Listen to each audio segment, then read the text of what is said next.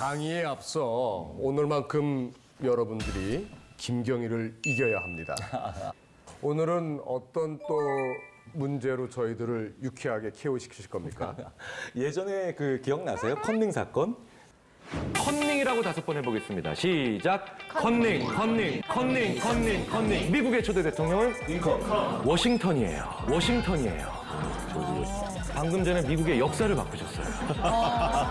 닌자 거북이라고 5번 해보겠습니다. 닌자 거북이. 세종대왕이 무슨 배 만드셨어요? 안 만드셨어요. 자, 뭐 저 이런 거 한 500개쯤 알고 있는데 영원히 못 빠져나가십니다. 네, 준비되셨죠? 네. 개구리라고 한번 5번 해보겠습니다. 네. 자, 시작. 개구리. 잘하시네요. 3번만 더 크게 시작. 개구리. 심청전에서 장독깨 깨졌을 때 무슨 동물이 막았나요? 두꺼비! 심청전엔 동물이 안 나와. 콩쥐팥쥐잖아. 저의 함정에 절대로 빠져드시지 않을 거라 철석같이 믿어보면서 뭐 또 한번 해보겠습니다. 또 마음의 준비를 하세요. 1학기라고 5번 해보겠습니다. 자, 시작. 1학기. 자, 3번만 더 크게 시작. 1학기 다음이 뭐죠? 2학기. 방학이에요. 정말. 저도 김경희를 고수님 못지않게 몇 가지 문제를 좀 준비를 했습니다. 두 발로 걷는 쥐는? 신선하다. 미키마우스요. 두 발로 걷잖아요. 그러면 두 발로 걷는 오리는? 도날드. 오리는 원래 두 발로 걸어요. 정말 제가 조금 더 발전된 메타 인지 아재 퀴즈였습니다. 여기까지.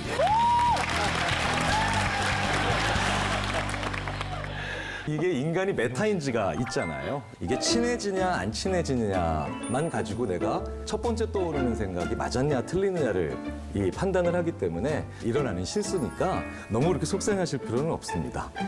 여기서 서울시청 어떻게 갈래? 이럴 때 몇 가지만 남겨요. 그냥 상식적인 순위에서 그걸 얘기하고요. 나머지 99.9999%의 무한한 다른 가능성들은 싹 다 날아갑니다. 어느 순간에. 자, 그렇기 때문에 우리 인간은 어느 한두 가지의 가능성을 빨리 빼서 쓰는 게 훨씬 적응에 유리합니다. 그래서 세상을 보자마자 한 가지 가능성만 남겨놓는 거예요. 아까 그 굴렁서처럼요. 자, 한번 보시겠습니다. 내가 피곤한가 지금? 이미 머리로는 아시죠? 저거 안 움직이는 거예요. 근데 우리 머릿속에서는 안 움직이고 있다는 걸 이미 알고 있음에도 불구하고 우리는 왠지 돌아가는 걸 느끼게 됩니다.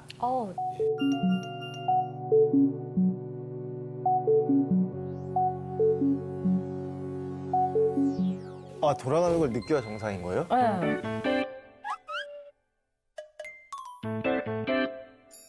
안 돌아가요? 이런 착시적 현상을 모든 100% 경험하시는 건 아니에요. 그렇다고 경험하시는 게 더 좋고 경험 못 하신다고 장애가 있는 것도 당연히 아니죠. 많은 수의 분들이 뭔가 좀 돈다, 뭔가 움직인다라는 느낌을 가지고 계시죠. 이게 뭐예요? 우리가 해석하는 거예요. 저런 형태의 모양들은 우리 인생에서 대부분 돌았어요. 돈다라는 표현이 좀 이상하긴 합니다만. 그래서 우리는 그중에 한 가지 가능성은 오히려 없는 가능성인데도 만들어내서 지각할 수도 있죠. 그게 우리가 이 세상의 시각을 가지고 느끼게 되는 모든 종류의 3차원을 결정합니다. 자, 여기에도 수많은 가능성들은 존재합니다. 왼편에서요, 사실은 대부분의 분들이 저 클로버 K가 스페이드 K보다 앞에 있다, 나에게 더 가깝다라고 생각을 하시죠. 네. 하지만 또 다른 가능성이 있습니다. 저 스페이드 K를 옆으로 이렇게 오려서 이렇게 붙일 수도 있는 거죠. 그런데 우리는 그 가능성을 해석하지 않아요. 오른편도 마찬가지죠. 왠지 저 회색 네모가 검은색 선을 가리고 있는 것처럼 우리는 느끼죠. 근데 다른 가능성도 있어요. 회색 네모가 성질이 안 좋아서 뿔이 났을 수도 있고 그 옆에 다른 것이 연결돼 있을 수도 있습니다. 그런데 우리는 그럴 가능성을 생각하지 않고 한 가지만 꼭 선택을 하죠. 그런데 그게 우리가 이렇게 급변하는 세상에서 2차원 정보만 가지고도 3차원 세상을 능동적으로 빨리빨리 보게 만들어주는 오히려 긍정적 착각의 힘이기도 합니다. 문다현 씨, 미술 시간에 원근법 들어보셨죠? 네. 선생님들께서 원근감을 살리기 위해서 어떻게 그리라고 말씀을 하셨나요? 크기를 다르게. 그쵸, 크기를 다르게. 그러면 나로부터 앞에 있는 거는 좀 더 큰 거고 나한테 멀리 있는 건 뭐 작게 이렇게 그리죠. 자, 그러면 나한테 멀리 있는 것일수록 선명도, 즉 해상도는 높을까요, 낮을까요? 맞아요. 낮죠. 그러니까 더 뿌옇게 보이죠. 그래서 원근법을 만들어내는 것 중에 하나도 뒤에 있는 걸 더 뿌옇게 그리는 겁니다. 흐릿하게. 자, 그래서 우리는 흐릿하면 멀리 있는 거구나. 더 뚜렷하면 앞에 있는 거구나 생각을 합니다. 그래서 이게 일상생활에서 일반적으로는 맞는데 오히려 특정한 상황에서는 우리로 하여금 오히려 실수하게 만들기도 해요. 그게 바로 어떨 때냐면요. 산에 올라가셔서 날이 아주 맑을 때 먼 곳을 보면요. 혹은 맞은편 산을 보면 저거 1시간쯤이면 가겠다 싶을 때가 있는데 실제로 가보면 2시간, 3시간 걸려요. 맞아요. 왜? 또렷하게 보이니까 더 가까울 거라고 생각을 하는 겁니다. 우리 눈이 몇 개인가요? 2개요. 2개입니다. 둘이 있으면 싸우죠. 네. 왜? 불일치 일어나니까요. 불일치를 오히려 이용하기 위해서 눈이 2개인 겁니다. 김지호 씨 잠깐만 나와주세요. 잠깐만. 네. 네. 싸움 되나요? 싸움 되나요? 아닙니다. 네. 싸워야 돼.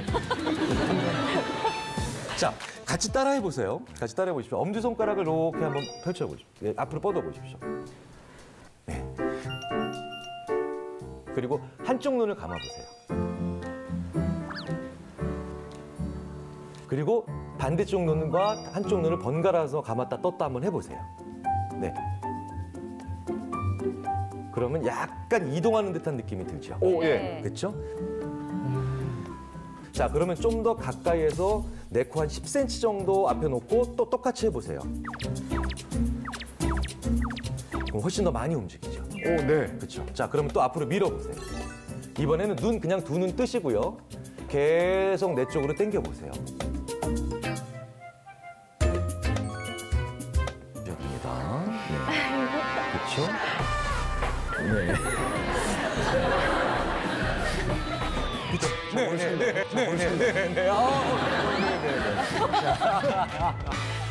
이 두 가지를 우리가 이용하는 겁니다. 무슨 얘기냐면요. 우리 뇌 안에요. 요 불일치의 정도를 계산해주는 세포가 있어요. 그래서 요게 땡겨준다, 수렴한다고 하는 거죠. 수렴이 많이 돼서 이렇게 계속 모이면은 당신 지금 가까운 거 보고 있는 거야. 그다음에 막 쭉 멀어지면 당신 먼 거 보고 있는 거야. 이렇게 생각하는 거죠. 그래서 방금 전에 김지욱 씨 뇌에서 그걸 계산하는 세포가 활화산처럼 활동을 했던 겁니다.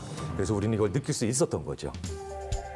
그래서 이걸 인위적으로 2차원인데도 실제로는 입체가 아닌데도 3차원이다 라고 느끼게 만든 게 바로 1990년도에 대유행을 했던 매직아이죠.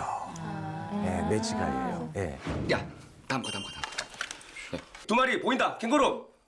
야, 나도 보인다.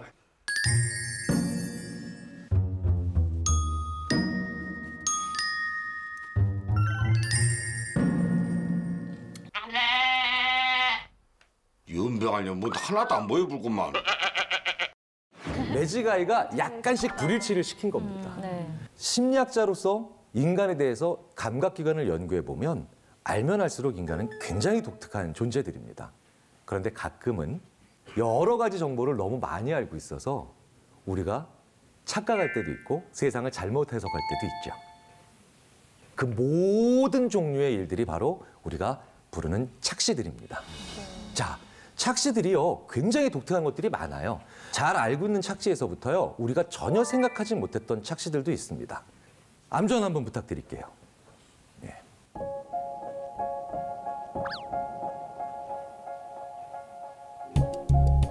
한쪽 눈을 감아주세요.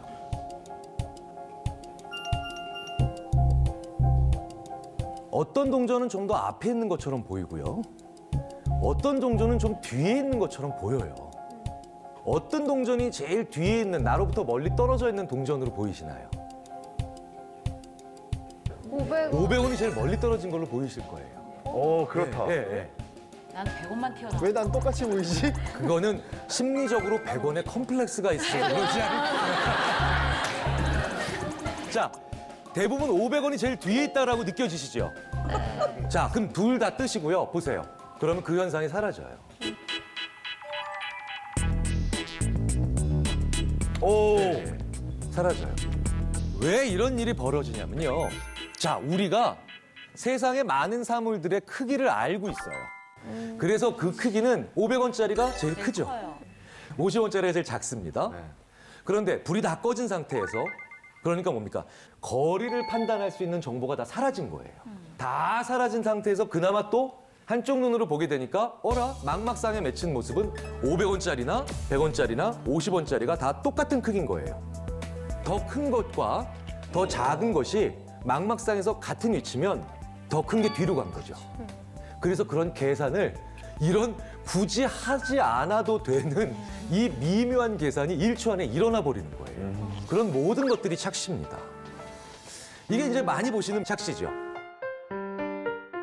저 제일 왼쪽이 오른쪽보다 더 길어 보여요. 네. 예.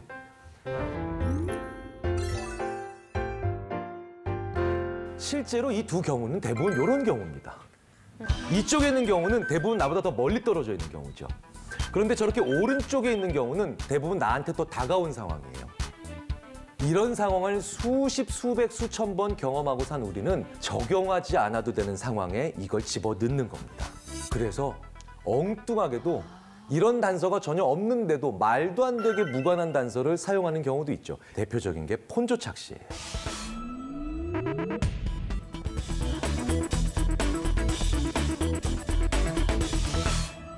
밑에 있는 하얀색 바와 위에 있는 하얀색 바가 똑같은 길이라는 걸 우리는 머리로 알고 있습니다. 진짜? 그러나 마음으로는 절대 아닌데요? 몰랐어요. 절대 그렇지 절대 않아요. 아닌데요? 네, 우리가 절대 나쁜 아니에요. 거 진짜 밑에 게 네. 짧아요.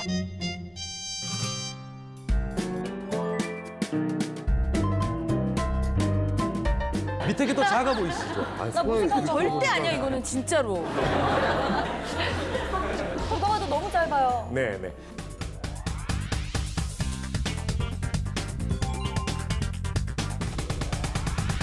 이 장면이 왜 위에 게 더 길어 보이냐면 고려가 되면 안 되는 뒤에 배경인 철길이 무엇을 암시하고 있냐면요. 밑에가 더 가까운 거죠. 위에가 더 먼 거예요. 그런데 더 멀리 있는 것과 더 가까이 있는 게 망막생에서 같은 크기예요. 그럼 계산하면 뭐예요? 저 위에 있는 게 더 크고 길다라고 하는 계산이 인위적으로 만들어지는 거예요. 보시면요. 이 바가 사실은 하나의 바는 다 같은 밝기예요. 그런데 왠지 하나의 바에서 오른쪽은 좀 더 밝게 보입니다. 그리고 왼쪽은 좀 더 어둡게 보여요. 이 바의 오른쪽 부분과 왼쪽 부분이 밝기가 좀 달라 보여요. 네, 달라 보여요. 네네. 왜냐하면 옆에 있는 게 더 어둡거든요. 그러니까 옆에 있는 건 어두운 밝게 거는 더 밝게 보이죠. 네. 완벽히 같은 바라도 옆에 무엇이 있느냐에 따라서 우리는 철저히 지배를 받아요. 맥락이 그만큼 무섭다는 거죠. 여성분들이 셀카 찍으실 때 머리 큰 친구 옆에서 찍는 거랑 비슷한 건가요? 정확하게 같은 얘기. 알 것 같습니다. 그래서 정말 많은 분들이 저랑 사진을 많이 찍으세요. 왜냐면 저보다 머리가 네. 이따가 찍어주세요. 네. 그래서 저랑 사진 찍으시는 분들은 복 받으시는 분들. 자, 여기서 A와 B도 같은 밝기입니다. 에이, 아니에요, 선생님. 그건 아니에요. 저건 아니라고 생각하세요? 네. 그 말씀은 좀 무리입니다. 이게 굉장히 유명한 착시의 말도 안 예를 되지. 아, 보여주는 이건 진짜 말도 안 된다. 아, 이거 저희 그만 놀리세요. 이것도 계산을 하는 거예요, 우리 머릿속에서. 제 이 B는요, 왜 밝아 보이냐면 그림자가 드리워졌잖아요. A는 그림자가 안 드리워졌죠. 그런데 두 개가 망막상에서 같은 밝기예요. 그러면 어떻게 또 계산을 하겠습니까? 그림자 드러워진 게 다른 거랑 같은 밝기니까 원래는 더 밝았겠지. 이것도 역으로 생각을 하는 겁니다. 시키지도 않아야 되는 계산을 정말 많이 해요, 우리 인간. 자, 이제 굉장히 많은 분들이 이러고 계시죠. 이러고 계시죠. 이러고 계셔서 자기 손으로 잘 잘라내신 분들은 아 하고 수긍하고 계시고요. 아직 잘 못 자르신 분들은 아닌데 라고 하고 계세요.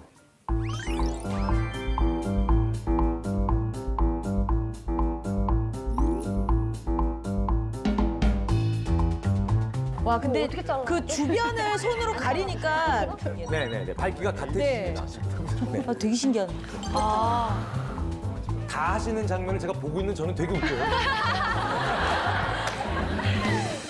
자, 이게 다 지금까지 얘기가 뭐겠습니까? 내가 어떻게 살아왔고 어떤 경험을 쌓아왔느냐가 내가 지금 보는 것의 대부분을 결정하는 거예요. 자, 그렇기 때문에 우리 속담에 이 말은 정말 맞는 말입니다. 먼 눈에는 뭐만 보인다. 진짜 맞는 얘기예요. 아, 너무 많이 듣는데. 진짜 맞는 얘기예요. 자, 불과 직전의 5초 만의 경험으로 지금 보는 게 얼마나 달라지는지를 보여드리겠습니다. 한번 따라해 보세요. 지금 이게 뭔지. 사람. 네, 사람. 네.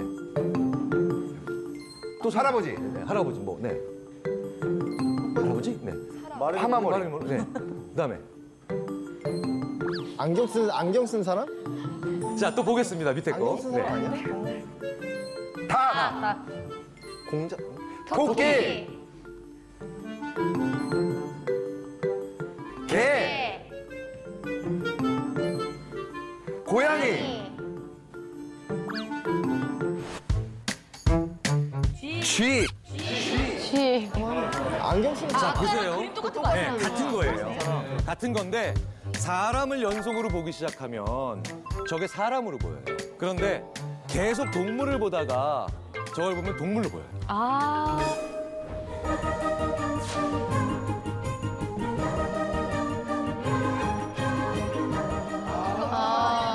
눈, 코, 귀. 감기같이 생겼어.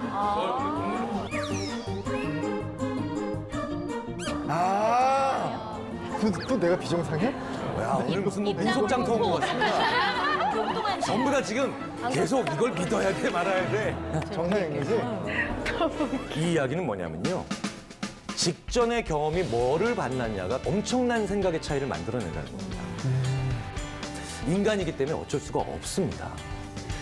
그리고요, 이걸 조금 더 일상생활에 돌려서 보자면요. 바로 아까 보셨던 그런 그림 때문에 우리는 면접을 오전에 봐야 돼요. 지금도 우리나라뿐만 아니라 전 세계 대부분의 국가에서 부정할 수 없는 사실 중에 하나가 오전에 본 면접자들이 더 많이 뽑혀요. 이상하게. 오전에 10명을 보고 오후에 10명을 본다고 쳤을 때 오전에는요. 기존 정보가 별로 없죠. 그러니까 그 사람의 특이한 장점을 보기가 쉬워져요.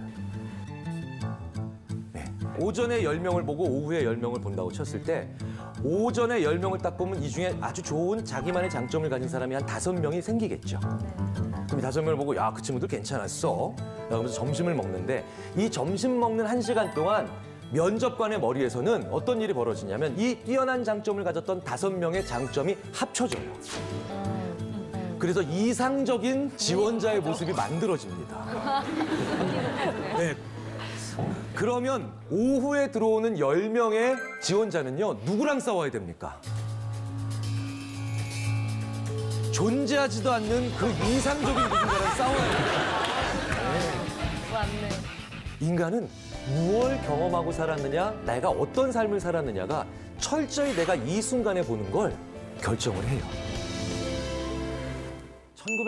1940년대에 브루노라고 하는 사람이 굉장히 흥미로운 실험을 했는데요. 그게 바로 가난한 집 아이들과 부잣집 아이들이 같은 동전이라도 어떻게 다른 크기로 추정을 하는가에 대한 실험이에요. 자, 이 왼쪽이요, 부잣집 아이들이에요. 그리고 오른쪽이 가난한 집 아이들의 데이터입니다.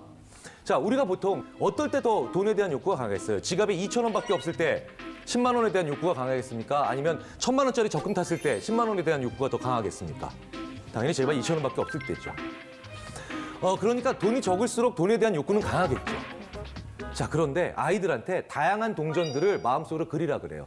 그런데 그 동전을 그려보라고 합니다. 실제 크기로. 실제 크기로 그려보라고 하면 부잣집 아이들보다 가난한 집 아이들이 동전을 더 똑같은 액수라도 크게 그려요. 이 얘기는 뭐냐면 심지어 우리의 욕구나 아니면 욕망까지도 우리가 보는 것을 결정을 한다는 거죠. 그래서 우리는 욕구가 강할수록 큰 걸 좋아하게 돼 있어요. 우리 인간이 큰 걸 얼마나 좋아하는데요. 자, 김재호 씨, 에펠탑 보면서 왜 사람들이 감동할까요? 아, 크다. 그죠? 크니까. 피라미드 보면 왜 사람들 놀라니까? 크니까. 크다. 자유의 여신상도요, 사람들 보고 와, 크다. 크면 좋은 거예요. 그래서 우리는 또 반대로 열심히 운전해가지고 갔는데 그게 작잖아요? 기분이 나빠요. 맞아. 네. 그래서 벨기에 브뤼셀 가면 오줌 싸게 소년 그거 보고 사람들이 내가 이걸 보려고 300km를 달려왔나? 그래서 왜 영국의 그 유명한 피카디리 거리를 가도 사람들이 실망해요. 왜? 작거든요. 우리는 내 욕구가 거기에 강할 때마다 커야 된다라고 하는 생각들을 심지어 가지고 있죠. 자, 그렇기 때문에 우리는 일부러 커게 해서 심지어는 아름다움과 연결시킬 때도 있습니다. 홍나실 씨, 문다현 씨. 예전에 80년대 우리 미스 코리아 분들 헤어스타일이 어땠었나요? 사자머리. 라이온킹. 네. 그러니까 우리는 뭡니까? 심지어 큰 것과 아름다움을 연결시키기도 했었죠. 그래서 실제로 그 80년대가요. 우리가 뭔가 그 욕구가 굉장히 강했을 때인데 그 옷도 저렇게들 입으셨어요. 그렇죠? 예. 저는 어렸을 때 다이애나 왕태자를 보면서 깜짝 놀랐습니다. 저분은 무슨 뭐 엿기를 하시나.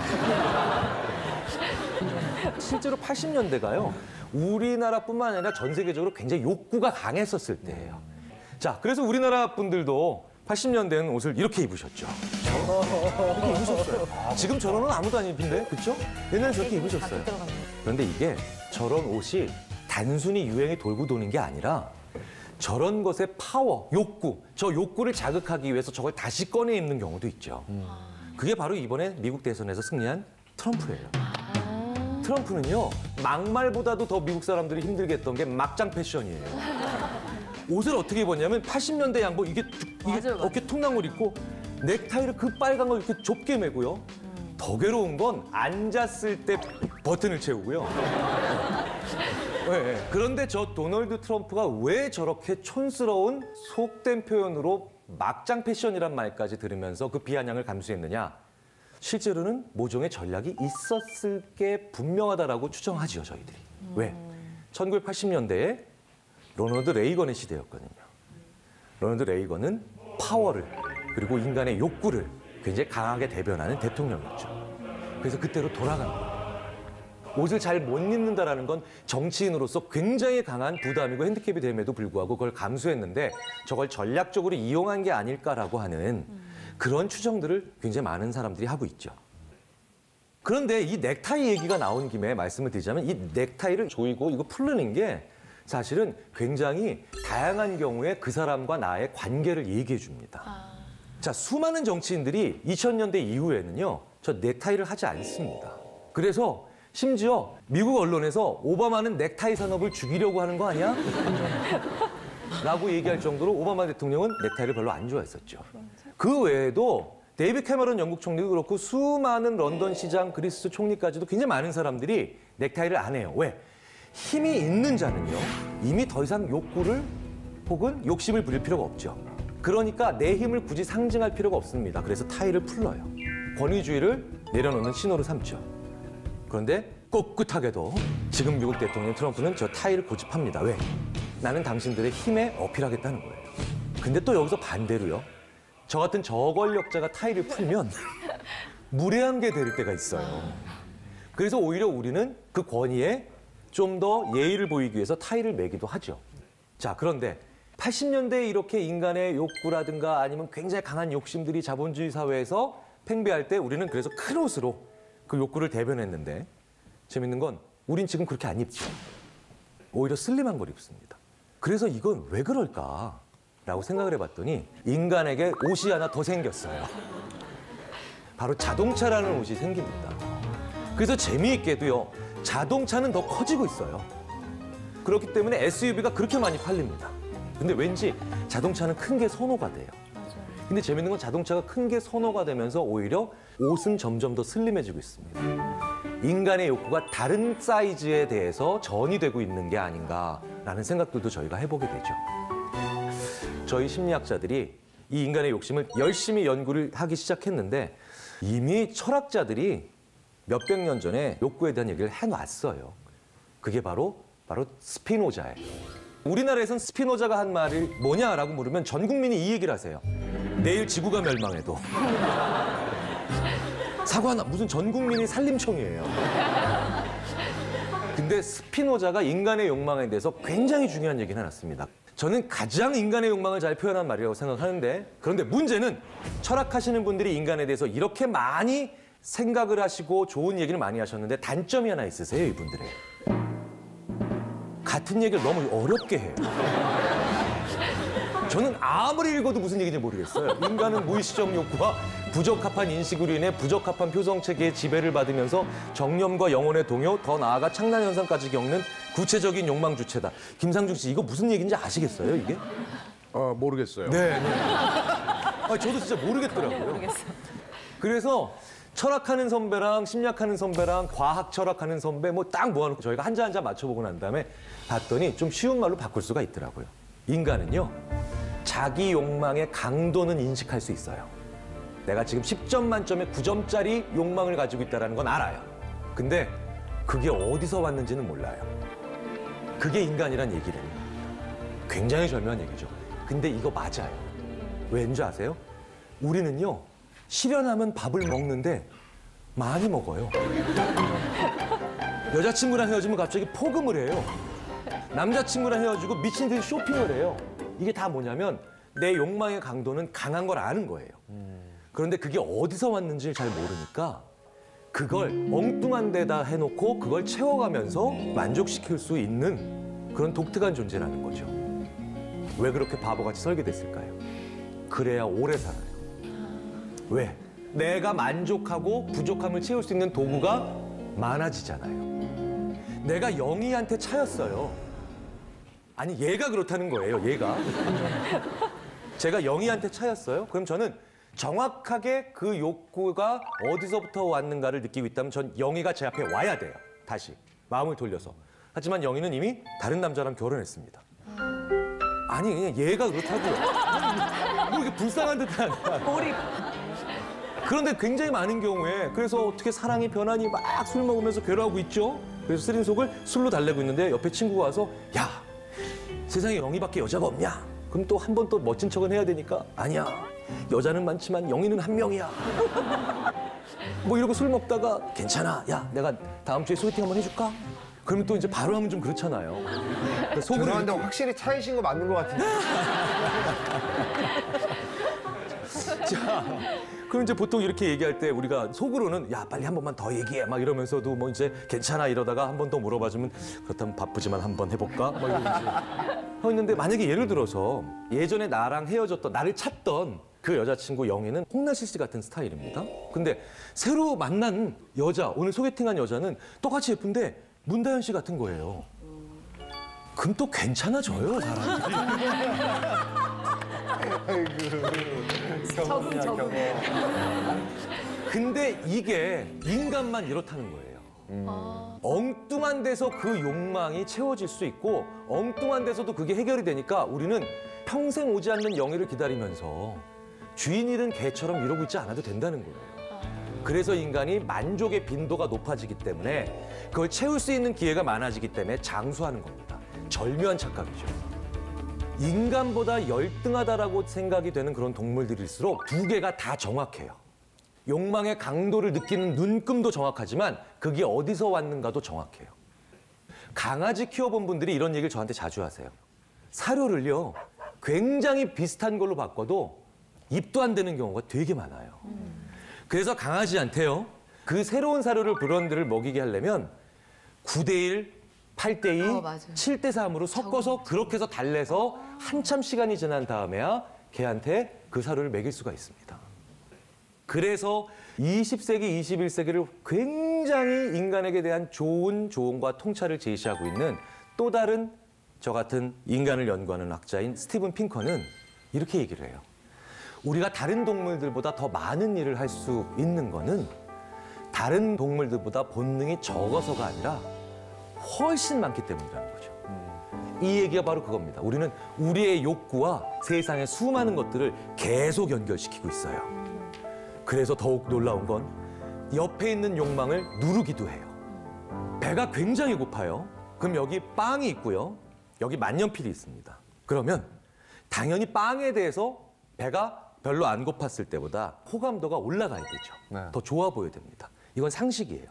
그래서 실제로 저 파란색만큼 평소보다 올라갑니다.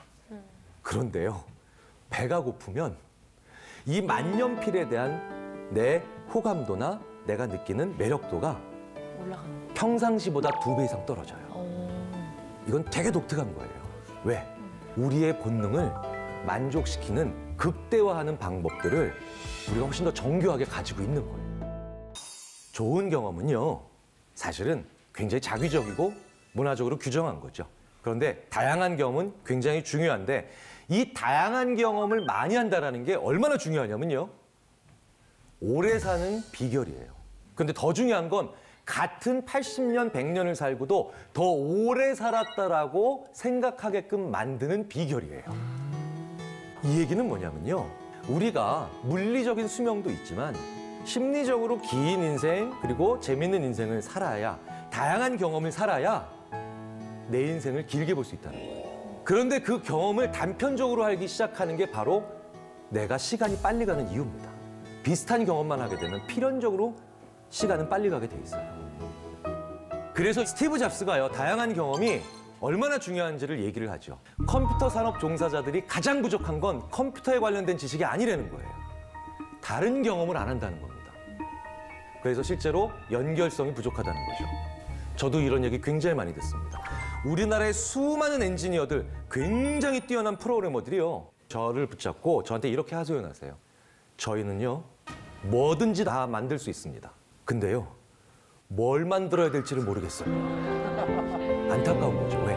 스티브 잡스가 했던 얘기와 같은 고충이에요. 경험을 다양한 걸 하지는 못하니까 이 세상에서 내가 경험했던 많은 것들이 연결이 안 되는 겁니다. 제이 씨, 지난 10년간, 그러니까 올해가 2017년이죠. 2007년부터 올해 2017년까지 지난 10년 동안 어느 정도의 변화가 있었나요? 1. 전혀 변하지 않았다. 10. 어마어마하게 많은 변화가 있었다. 5 정도요? 네. 그러면 앞으로 10년간은 어느 정도 변화가 있을 것 같나요? 9요? 대단하시네요. 이렇게 사셔야 돼요. 그런데 대부분의 사람들은요, 지난 10년은 엄청나게 변했다고 생각을 합니다. 그런데 앞으로의 10년은 그만큼 안 변할 거라고 생각해요. 이게 지난 10년은 10만큼 변했다고 생각하잖아요. 그게 빨간 선입니다. 그런데 앞으로의 10년은 파란색이에요. 10대든 60대든 똑같아요. 근데 문제는 나이가 들어가면서 이 기울기가, 비율은 똑같은데 기울기가 떨어져요. 왠지 아세요? 비슷한 경험을 너무 많이 하기 때문입니다. 그러니까 비슷한 경험을 많이 하기 때문에 지난 10년의 변화량도 떨어지지만 앞으로 10년은 더 안 변한다고 자꾸 생각이 드는 거예요. 그래서 다양한 경험을 하시는 분들, 여행 좋아하시는 분들, 여기저기 가보기 좋아하지만 사람도 이 사람 저 사람 만나기 좋아하시는 분들, 다양한 취미 생활을 즐기시는 분들은 60세, 70세가 되셨는데도 저 곡선이 안 떨어져요. 그러니까 우리가 다양한 경험을 해야 심리적으로 더 오래 사는 겁니다. 장수의 비결이에요. 왜? 더 많이 변하고 이러니까 시간이 덜 가는 거예요. 예. 같은 경험만 계속하면 시간은 쏜살같이 갑니다. 그러니까 안 먹어본 것도 먹고 안 가본 데도 가야 되는데 그게 그렇게 귀찮아요. 그게 그렇게 싫더라고요. 왠지 아세요? 인간이 한 번 떠오른 생각을, 제가 늘 말씀드리잖아요.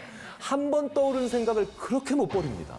수많은 도로가 우리나라에서 그렇게 맨날 뚫리는데도 저는 제가 있는 아주대학교까지 가는데 25km를 지금 12년째 같은 길로 가요. 맞아. 저는 얼마 전에 지금 이 말씀하신 걸 그대로 몸으로 경험을 했거든요. 네네. 이틀 전에 제주도에서 지금 돌아왔는데 네네. 제주를 가면서 처음으로 비행기를 타지 않고 서울에서 기차로 광주까지, 광주에서 차 타고 완도까지, 그리고 완도에서 배 타고 제주도까지. 엄청 싸웠어요. 이 의견을 낸 친구랑 너 미쳤냐? 너 미쳤냐? 너 요즘에 비행기 표 구하면 싼 거 구하면 뭐 3만 원짜리도 구하는데 너 미쳤니? 결국에는 제주도 가서 늘 보던 도라르방 보고 뭐 한라산 오르고 늘 가서 한 걸 똑같이 해서 돌아왔을 때는 결국에 이 친구들랑 얘기하는 거는 우리가 간 이야기밖에 안 하는 거예요. 갔던 그 길에서의 얘기를 그렇게 많이 하시죠.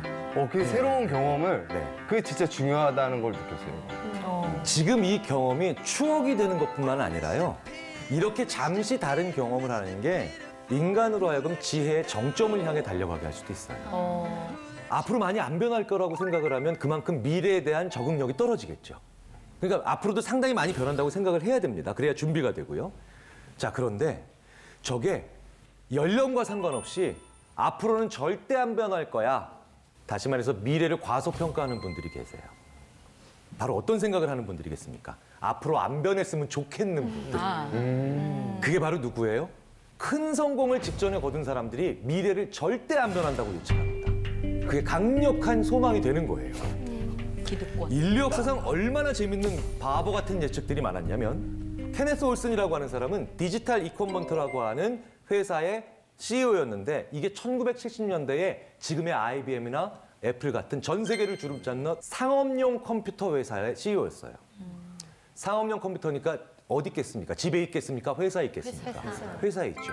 그래서 전 세계를 장악한 케네스 올슨은 그렇게 정점을 찍고 난 다음에 이렇게 바보 같은 예측을 1970년대에 하게 되죠. 앞으로 절대 PC 시장은 오지 않는다. 이렇게 예측을 합니다. 윌리엄 프리스라고 하는 사람은요. 우리가 유선으로만 통신했잖아요. 근데 무선으로도 연락이 되네?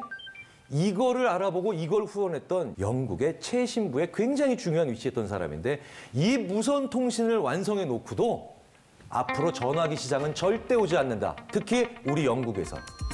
왜? 이렇게 자기가 높은 위치에 올라가서 하인들을 보내면 되는데 왜 전화기를 쓰니? 이야기를 전할 때 이런 바보 같은 예측을 하죠. 심지어 컴퓨터 하면 떠오르는 빌 게이츠 있잖아요.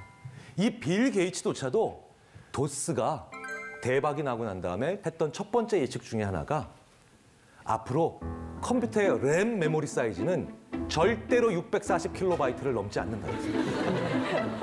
킬로바이트라는 단위가 이젠 쓰지 않는 단위라서 잘 모르실 텐데 메가는 아시죠? 네. 0.64메가예요. 1메가도 안 넘을 거라고 생각한 거예요. 왜? 도스가 안 변하고 싶었다. 도스가 계속 유지되었으면 좋겠다라고 하는 속내가 아마 있었겠죠. 우리 인류 역사상 큰 성공이나 큰 성과를 거둔 사람들이 미래를 가장 작게 예측하는 것도 바로 이런 이유입니다.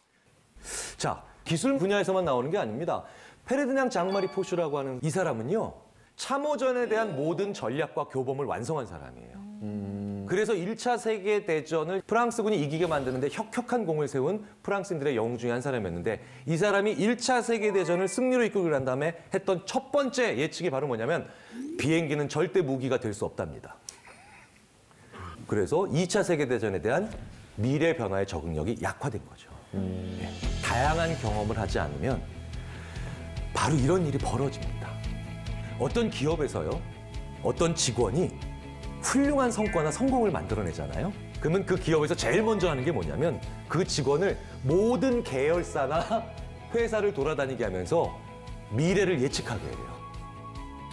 미래는 이렇게 될 겁니다라고 얘기하게 돼요. 그래서 오히려 두 번째 성공을 못 만들어내게 되죠.